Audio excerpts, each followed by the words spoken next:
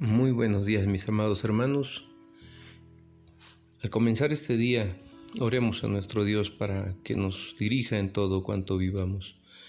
Padre bueno, una vez más por su gracia estamos despiertos un nuevo día y rogamos su Espíritu nos capacite, nos hable, Señor, para comprender las profundas riquezas espirituales de los sacramentos, comprender la riqueza que se nos comunica, los beneficios tan ricos y profundos de la mesa de la Santa Cena a la cual usted nos invita a participar.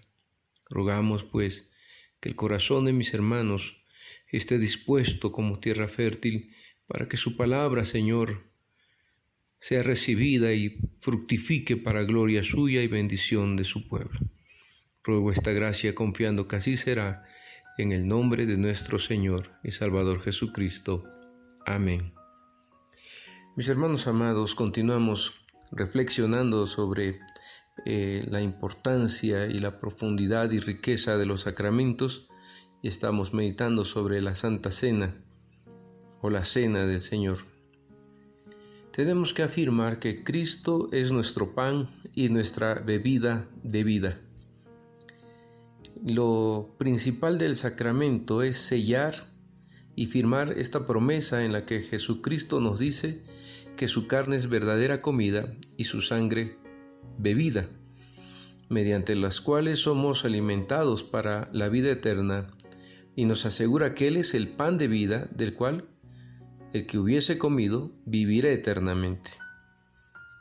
Y para sellar esta promesa, el sacramento nos remite a la cruz de Cristo, donde esta promesa ha sido del todo realizada y cumplida. Cada uno de nosotros ha recibido a Jesucristo en el pan, su carne, y en la copa, su sangre. Ya que Él ha sido crucificado, y se nos llama a tener una comprensión viviente de la virtud de su muerte. Porque Él se llama pan de vida no por razón del sacramento, como muchos falsamente lo han entendido, sino porque nos ha sido dado como tal por el Padre y se nos muestra tal cuando, habiéndose hecho partícipe de nuestra humana condición mortal, nos ha hecho participantes de su divinidad, de su divina inmortalidad. Cuando ofreciéndose en sacrificio tomó sobre sí toda nuestra maldición para llenarnos de su bendición, cuando con su muerte devoró a la muerte, cuando en su resurrección resucitó gloriosa e incorruptible nuestra carne corruptible, del cual Él se había revestido en su encarnación. Estos son beneficios tangibles, verdaderos, que el creyente tiene que conocer y debe profundizar en ellos. Ahora bien, cada creyente recibe a Cristo, el pan de vida, en el Evangelio y en la Cena del Señor. Cuando el Señor Jesús se ofrece a nosotros con todos sus bienes que tiene, y nosotros lo recibimos con fe verdadera, primero por el Evangelio que se predica. Por eso el apóstol San Pablo en Efesios 1:13 dice: en el cual vosotros también, habiendo oído el Evangelio de vuestra salvación y habiendo creído en él, fuiste sellados con el Espíritu Santo de la promesa. Entonces, la fe viene por el oír, y el oír ¿qué? El Evangelio de Jesucristo, y en ese Evangelio se nos entrega el pan de vida. Pero también, mucho más admirablemente, se nos entrega por la Cena del Señor. Así que no es el sacramento el que hace que Jesucristo comience a ser para nosotros pan de vida, sino en cuanto nos recuerda que ya una vez lo fue, para que continuamente seamos alimentados de Él. También nos asegura que todo esto que Jesucristo ha hecho y padecido es para vivificarnos. Y además que esta vivificación que hace nuestro Señor a través de su mesa, de su cena, es una vivificación perpetua. De tal manera que todo esto apunta escatológicamente a la segunda venida de Cristo, al reino eterno, a la plenitud que nosotros anhelamos todavía mientras estamos en este mundo. El pan que yo daré es mi carne, la cual yo daré por la vida del mundo, dijo nuestro Señor en San Juan 6:51, donde sin duda alguna demuestra que su cuerpo había de ser pan para dar vida espiritual a nuestras almas, en cuanto lo debía entregar a la muerte por nuestra salvación.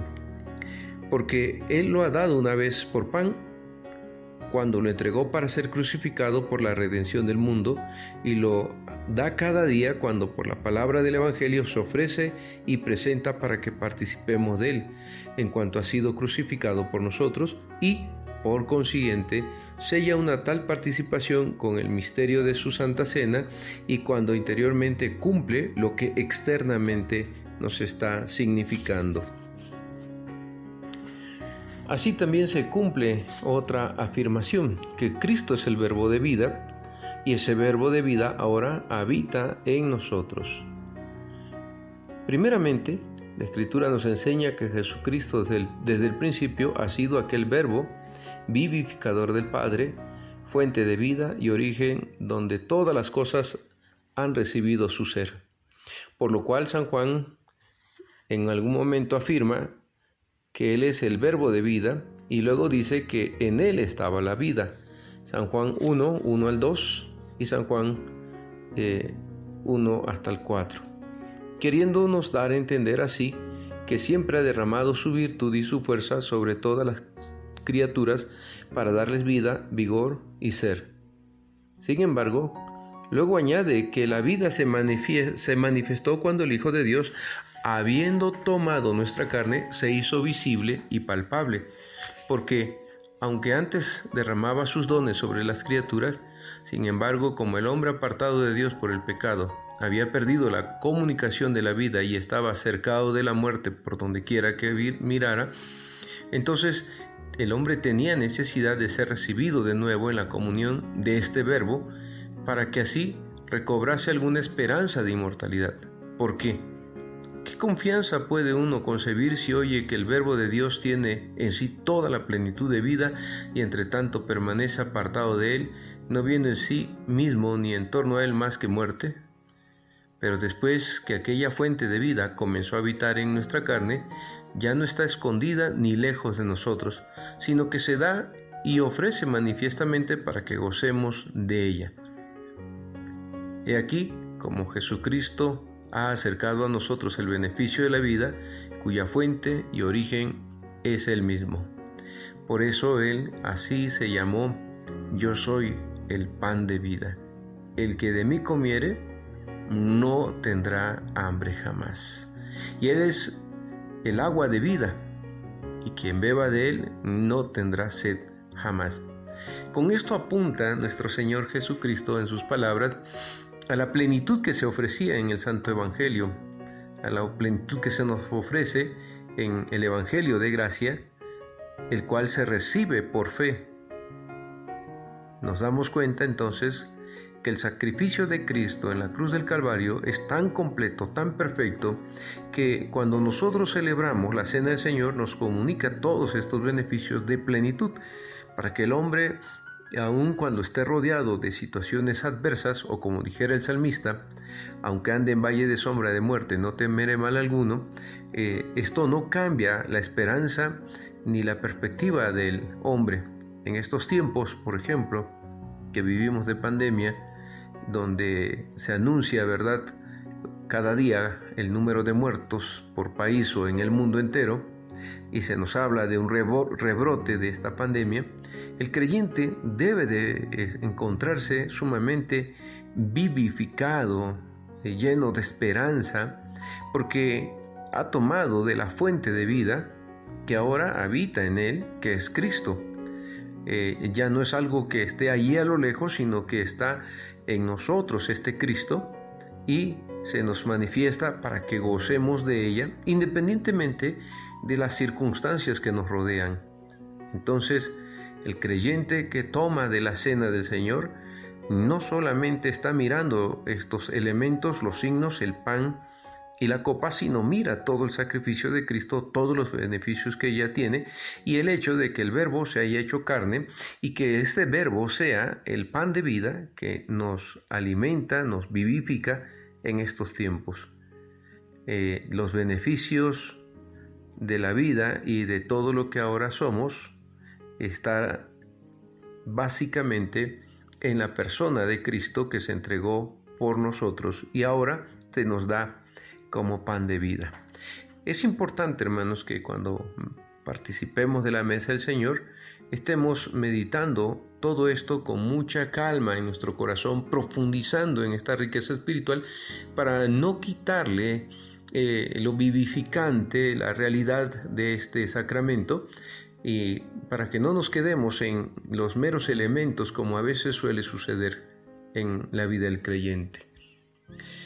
Cuando era niño, yo quería participar del pan y de la copa porque solo veía el pan. Como niño se me antojaba comer ese pan o quería tomar de la copa, pero no lograba discernir y mirar la profundidad de la riqueza que se me ofrecía.